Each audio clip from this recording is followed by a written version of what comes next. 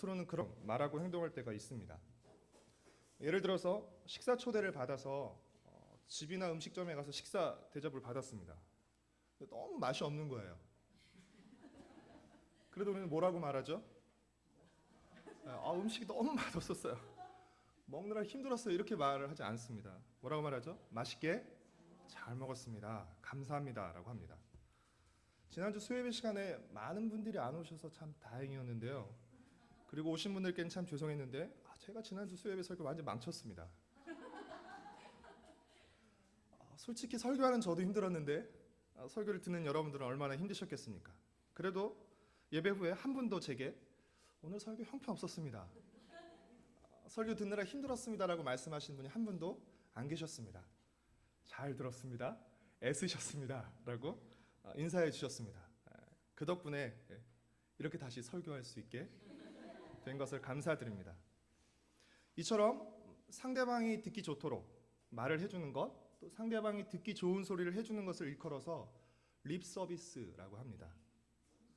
입으로 말로 하는 서비스라는 뜻이죠. 상대방을 배려하고 격려하는 차원에서의 약간의 립 서비스는 필요합니다. 그러나 상대방에게 아부하고 상대방을 속이기 위한 립 서비스는 가식과 거짓이라고 할 수 있습니다. 성경은 우리에게 사랑 안에서 진리를 말하라고 합니다. 참 굉장히 단순하지만 굉장히 강력한 말이죠.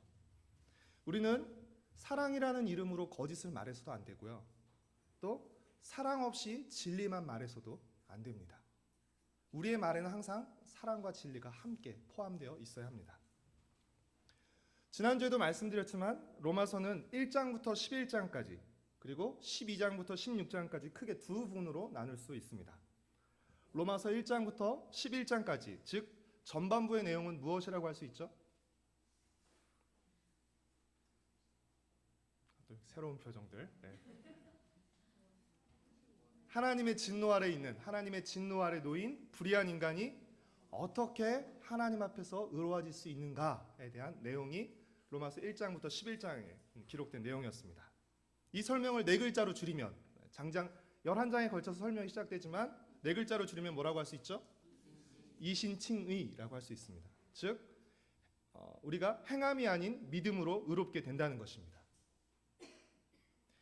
행함이 아닌 믿음으로 의롭게 된다는 것은 우리가 무언가를 행한 대가로 의롭게 되는 것이 아니라 행하지 않았음에도, 행하지 못했음에도 불구하고 의롭게 된다는 것을 의미하는 것입니다. 그렇죠? 행함으로 의롭게 되는 것이 아니라 행함이 아닌 믿음으로라는 말은 행함이 아닌 그 무엇으로, 그렇죠? 행하지 않았음에도 의롭게 된다는 것을 의미하죠. 따라서 믿음으로 의롭게 된다고 했을 때 그 믿음이란 믿는 행위를 의미하는 것이 아니라 믿음으로 의롭게 된다고 했을 때 그 믿음이란 하나님의 은혜를 받아들이는 것이라고 하는 것이 더 정확한 표현이라고 할 수 있습니다. 우리가 믿었기 때문에 하나님의 은혜를 받는 것이 아니라 하나님의 은혜가 있었기에 우리가 믿음으로 그 은혜를 받아들인 것입니다. 비슷한 말 같지만 잘 따져보면 굉장히 다릅니다. 순서가 굉장히 중요하죠. 무엇이 먼저 있었죠? 은혜가 먼저 있었고 그 다음에 믿음이 있는 것입니다. 믿음이 있고 은혜가 있는 것이 아니라 은혜가 먼저 있었고 그리고 믿음이 있고 믿음으로 그 은혜를 받아들이는 것이죠. 따라서 믿음은 은혜의 조건이 아니라 더 정확히 말하면 은혜의 수용이라고 할 수 있습니다. 믿었기 때문에 은혜를 받는 것이 아니라 이미 믿음이 앞서서 은혜가 있었고, 그렇죠? 그리고 그것을 수용하는 믿음을 통해서 우리가 그 은혜를 받게 되는 것입니다. 하나님은 선지자들을 통해 약속하신 대로 그의 아들 예수 그리스도, 그 그리스도를 통해 하나님의 의를 은혜로 우리에게 베풀어 주셨고 우리는 그 은혜를 받아들임으로써 의롭게 되었습니다. 로마서 3장 24절 말씀을 함께 쳐서 읽어볼까요? 로마서 3장 24절 말씀입니다. 함께 읽겠습니다. 그리스도 예수 안에 있는 속량으로 말미암아 하나님의 은혜로 값없이 의롭다 하심을 얻은 자 되었느니라. 하나님의 은혜로 의롭다 하심을 얻게 되었습니다. 그리고 그 은혜의 통로가 되시는 예수님을 새로운 주인으로 모시고 시인함으로써 우리는 구원을 받게 되는 것입니다. 하나님께서 하나님의 은혜를 누구를 통해서 베풀어 주세요? 누구 안에서 베풀어 주세요? 예수 그리스도 안에서, 예수 그리스도를 통해서 베풀어 주시죠. 그래서 우리가 그 예수 그리스도를 믿고 우리 입으로 시인함으로써 하나님의 은혜를 받고 구원을 받게 되는 것입니다. 로마서 10장 9절과 10절 말씀을 우리 함께 같이 읽겠습니다. 내가 만일 내 입으로 예수를 주로 시인하며 또 하나님께서 그를 죽은 자 가운데서 살리신 것을 내 마음에 믿으면 구원을 받으리라. 사람이 마음으로 믿어 의에 이르고 입으로 시인하여 구원에 이르느니라. 마음으로 믿어 의에 이르고 입으로 시인하여 구원에 이르느니라. 이 말씀의 근거에서 우리가 복음을 전하고 처음 예수님을 믿을 때 우리도 그랬고요. 복음을 전하는 받아들이는 초신자들에게도 그렇듯이 예수님을 주로 고백하게 하는 영접 기도를 하게 합니다. 이 말씀을 근거로 한 것이죠.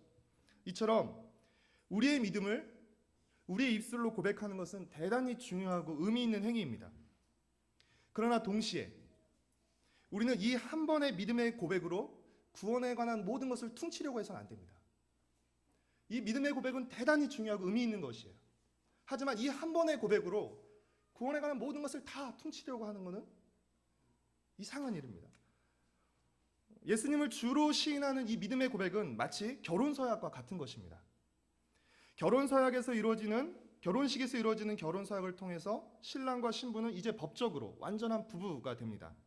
그렇다면 그 결혼서약으로 두 사람의 부부 생활도 다 끝나는 것입니까? 서약을 하면 부부 생활이 다 끝나는 것이에요? 그렇지 않습니다.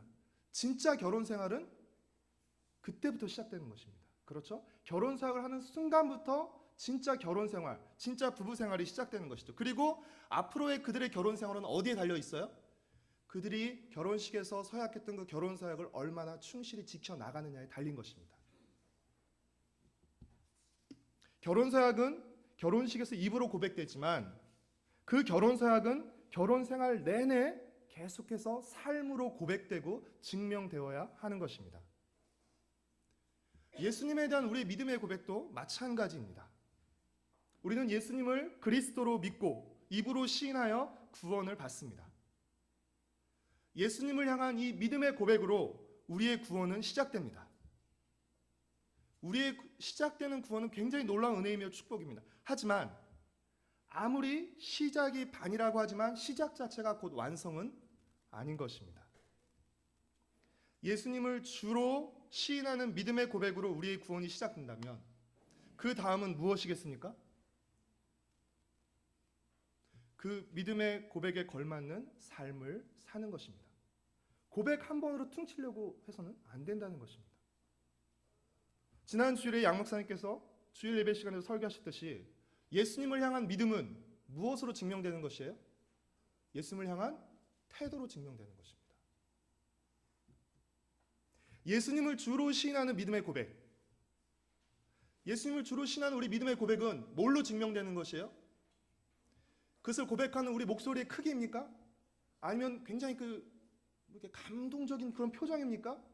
무엇이죠? 무엇을 통해서 우리 믿음의 고백, 예수님을 우리 주로 시인하는 그 믿음의 고백은 무엇을 통해 증명되는 것이죠? 예수님을 주로 모시고 살아간 우리의 삶을 통해 증명되는 것이에요. 따라서 우리 믿음의 고백은 마땅히 그에 따른 믿음의 반응을 요구하는 것이라고 할 수 있습니다. 믿음의 고백은 믿음의 고백으로 끝나는 것이 아닙니다. 믿음의 고백은 반드시 그 고백에 따른 반응을 요구하게 되어 있습니다. 우리는 행함이 아니라 믿음으로 구원받지만 그 믿음은 행함을 요구하는 것입니다. 그런 맥락에서 로마서 1장부터 11장까지는 믿음의 고백에 관한 내용이라고 할 수 있고요. 12장부터 16장까지는 믿음의 반응에 관한 내용이라고 할 수 있습니다. 어떤 분은 1장부터 11장까지를 이론, 12장부터 16장까지를 실천이라고 표현하기도 하고요. 또 어떤 분은 교리와 윤리로 표현하기도 합니다. 그렇기에 12장을 시작하면서 나오는 첫 단어가 무엇이죠? 그러므로입니다. 그렇죠? 이제 믿음의 고백을 했다면 그러므로 무엇이 뒤따라야 된다는 것입니까? 믿음의 반응이 뒤따라야 한다는 것입니다. 뒤따라야 할 가장 대표적인 믿음의 반응이 무엇입니까? 12장 1절 말씀을 같이 읽겠습니다. 그러므로 형제들아 내가 하나님의 모든 자비하심으로 너희를 권하노니 너희 몸을 하나님이 기뻐하시는 거룩한 산 제물로 드리라. 이는 너희가 드릴 영적 예배니라. 우리에게 요구되는 가장 대표적인 믿음의 반응이 무엇이라고요? 예배라는 것입니다. 로마서 12장 1절은 우리가 드려야 하는 예배가 어떤 예배라고 말하죠? 우리 몸을 산 제물로 하나님께 드리는 것이라고 말합니다. 예배를 영어로 월십 서비스라고 표현하는데요. 이를 설교의 시작 부분에서 말했던 내용과 연결지어 표현하면 이렇게 풀어서 설명할 수 있을 것입니다. 하나님이 우리에게 원하시는 서비스는 립 서비스가 아니라 풀 서비스라는 것입니다. 하나님이 우리에게 원하시는 서비스는 토탈 서비스라는 것입니다. 총체적인.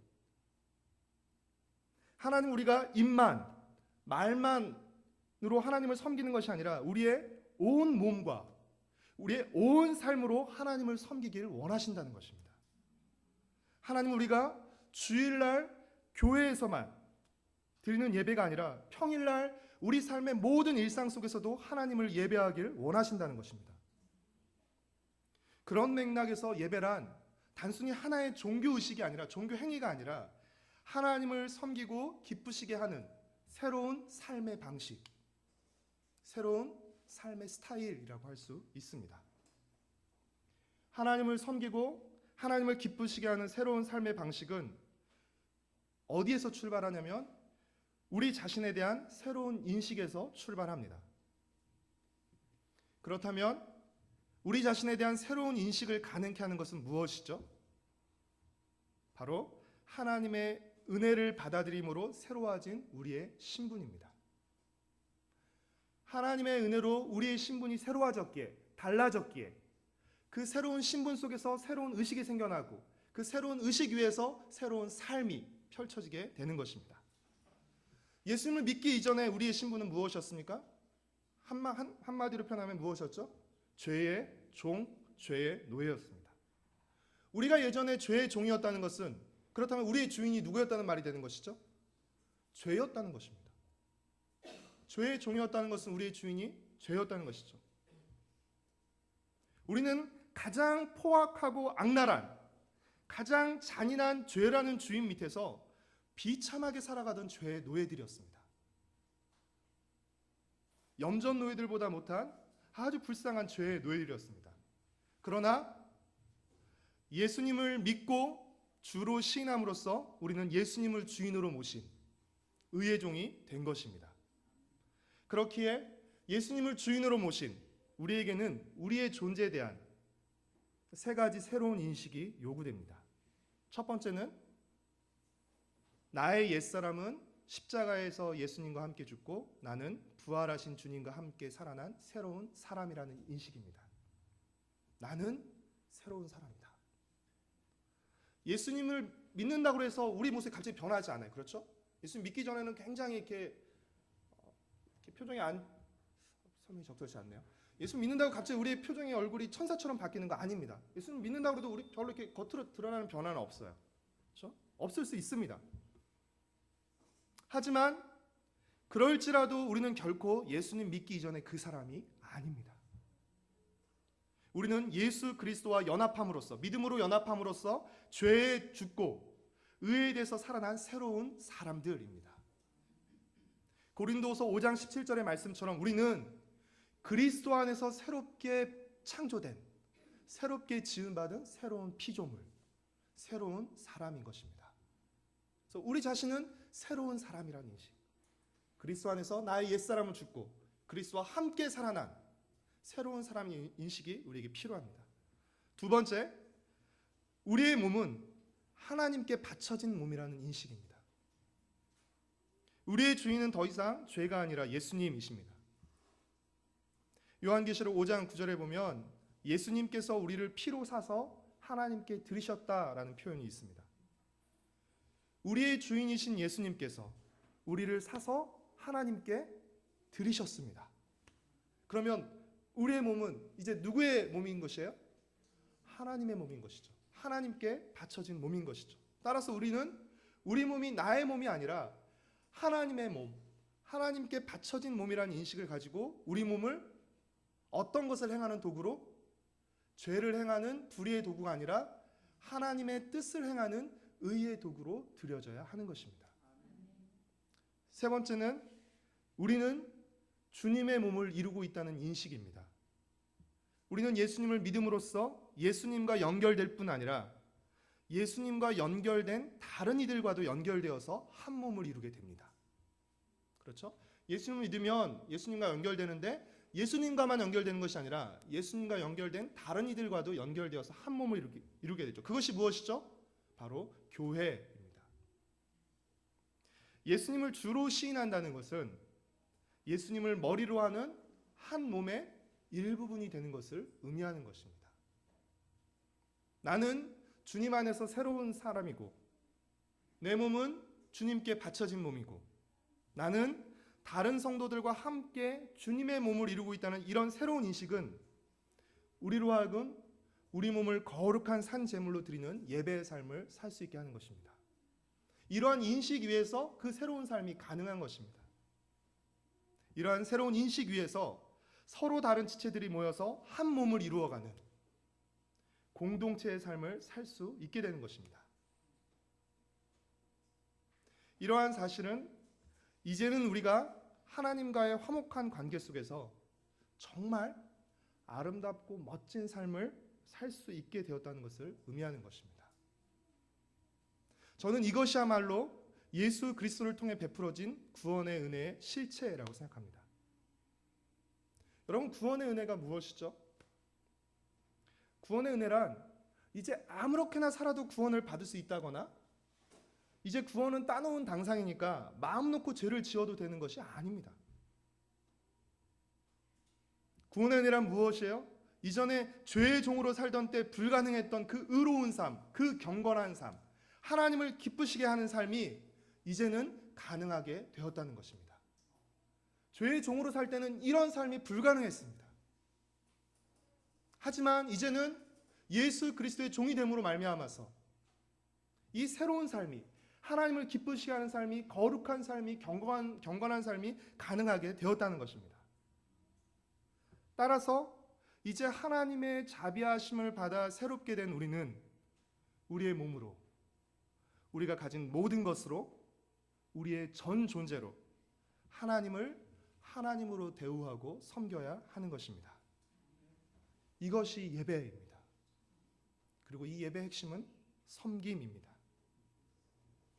다시 말씀드리지만 하나님을 향한 우리의 섬김은 립서비스로 그쳐서는 안 되며 우리의 모든 것을 다하는 풀 서비스가 되어야 됩니다. 그리고 우리 삶의 모든 영역에서 일어나는 토탈 서비스가 되어야 됩니다. 주일날 교회라는 예배이자는 한정된 공간에서만 펼쳐지는 서비스가 아니라 우리 삶의 모든 구석구석에서 가정에서, 직장에서, 내가 맺는 모든 인간관계 속에서 내 삶의 모든 영역 속에서 하나님을 섬기는 이 행위들이, 이 삶이 펼쳐져야 하는 것입니다. 하나님 사랑이 이웃 사랑으로 이어지듯이 하나님을 향한 섬김은 반드시 이웃을 향한 섬김으로 이어지게 되어 있습니다. 그래서 섬김의 관점에서 12장을 보면 1절과 2절은 하나님을 향한 섬김을 말하고 있고요. 3절부터 13절까지는 교회 안에서의 섬김을 말하고 있습니다. 그리고 14절부터 21절은 교회 밖에서의 섬김을 말하고 있죠. 그래서 어떻게 해요? 그 섬김이 점차 확대되어 가는 것을 볼 수 있습니다. 구조상. 우리의 섬김은 교회 안에서의 형제를 시작으로 어디까지 확장되어 가야 되죠? 교회 밖에 누구까지? 교회 밖에 원수에게까지 확장되어 가야 하는 것입니다. 왜 그렇죠? 왜 원수에게까지 우리의 사랑이, 섬김이 확장되어 가야 합니까? 이는 우리가 아직 죄인 되었을 때, 우리가 하나님의 원수였을 때 우리를 위해 죽으신 예수님의 섬김으로 우리가 구원받았기 때문입니다. 원수였던 우리를 섬김으로 주님께서 우리를 구원하셨기 때문에, 그렇죠? 우리의 섬김도 주님의 섬김 닮아가야 되는 것이죠. 따라서 예수님의 섬김으로 세워진 교회 공동체는 바로 섬김을 배우고 훈련하는 곳입니다. 6절부터 8절까지 보면 성령의 은사들이 나오고 있는데요. 이 성령의 은사도 결국 어떤 목적으로 주어진 것이죠? 성령의 은사는 자신을 뽐내라고 주신 것이 결코 아닙니다. 성령의 은사는 교회 안에 형제를 섬기라고, 또 교회 공동체에 덕을 끼치라고 주신 것입니다. 그래서 교회 안에서 우리는 열심히 섬김을 배우고 연습해야 합니다. 우리의 본성은 섬기는 것이 아니죠. 섬김을 받고 싶어하는 것이죠. 그렇죠? 하지만 우리는 우리의 본성을 거스려서 이 교회 안에서 열심히 섬김을 연습해야 됩니다. 세상은 어떤 사람이 큰 자고 강한 자죠? 섬김을 받는 자입니다. 그렇죠? 하지만 하나님 나라에서는 누가 크고 강한 자죠? 섬기는 자가 크고 강한 자입니다. 교회 안에서도 마찬가지입니다. 누가 성숙하고 누가 강한 자이죠? 섬기는 자입니다. 섬김을 받는 자가 크고 강한 자가 아니에요. 교회 안에서 열심히 섬김을 배우고 연습해야 됩니다. 그렇죠? 우리의 본성을 거스르는 일이기 때문에 이 섬김 과정에서 뭐가 일어나죠? 자기 부인이 일어납니다. 자기 부인 없이는 섬김이 일어나지 않죠. 그렇죠?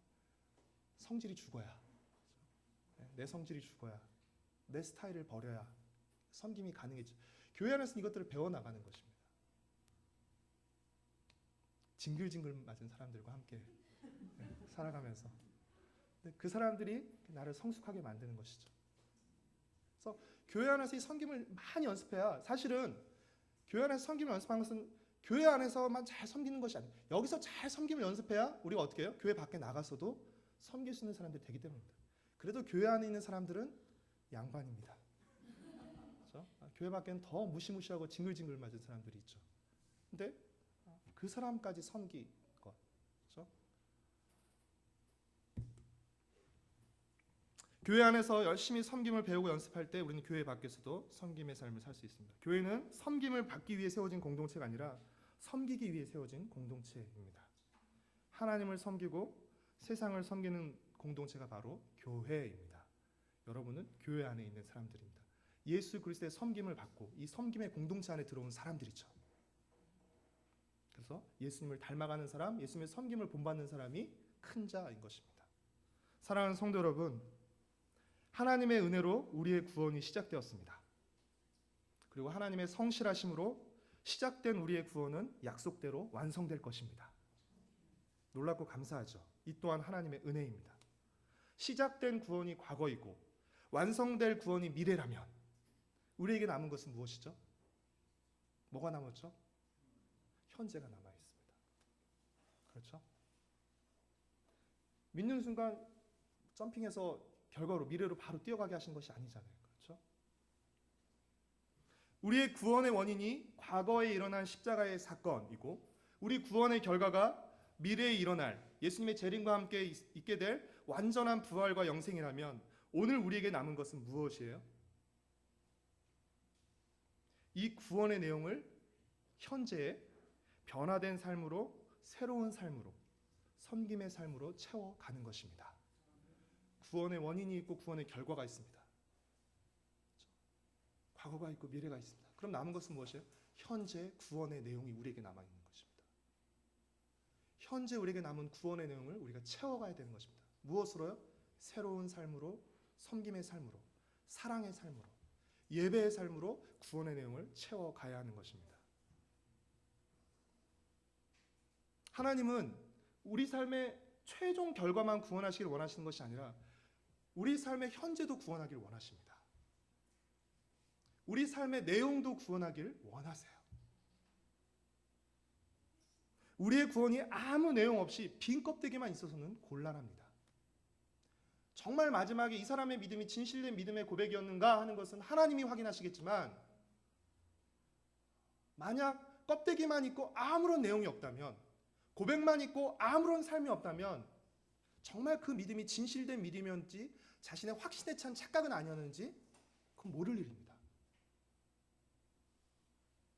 우리 믿음에 있어서 고백은 매우 중요하지만 고백만으로 끝나서는 안 됩니다. 고백은 목소리의 크기로 증명해내는 것 아닙니다. 눈물로 증명해내는 것 아닙니다. 물론 뒤따라요. 주먹으로 증명하는 것 아닙니다. 고백은 뭘로 증명하죠? 삶으로 증명하는 것입니다.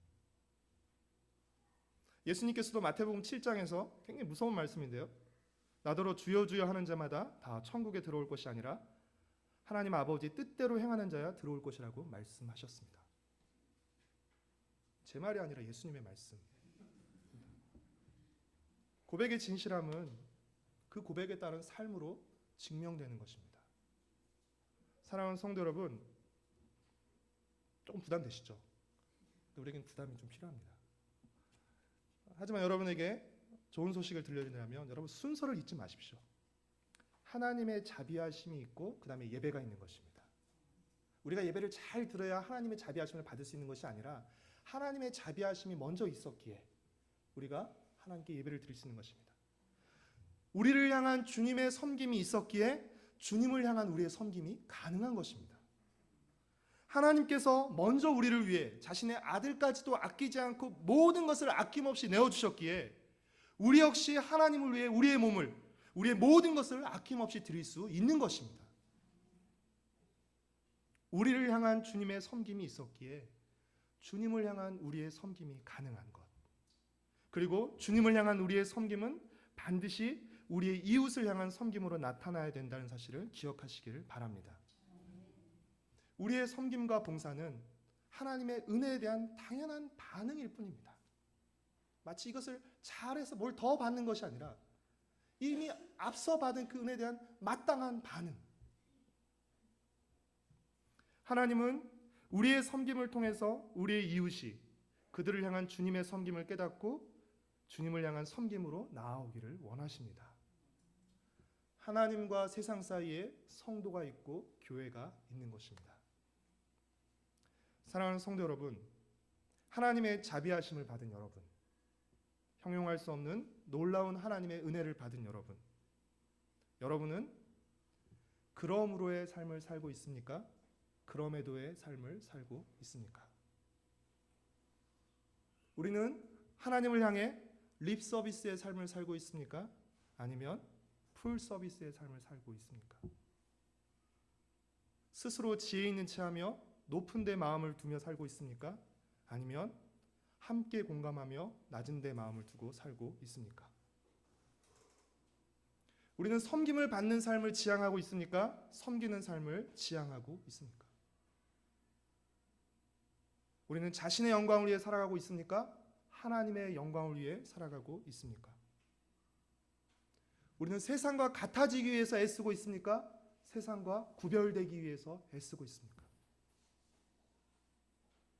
우리는 세상에서 큰 자가 되기 위해서 힘쓰고 있습니까? 하나님 나라에서 큰 자가 되기 위해서 힘쓰고 있습니까?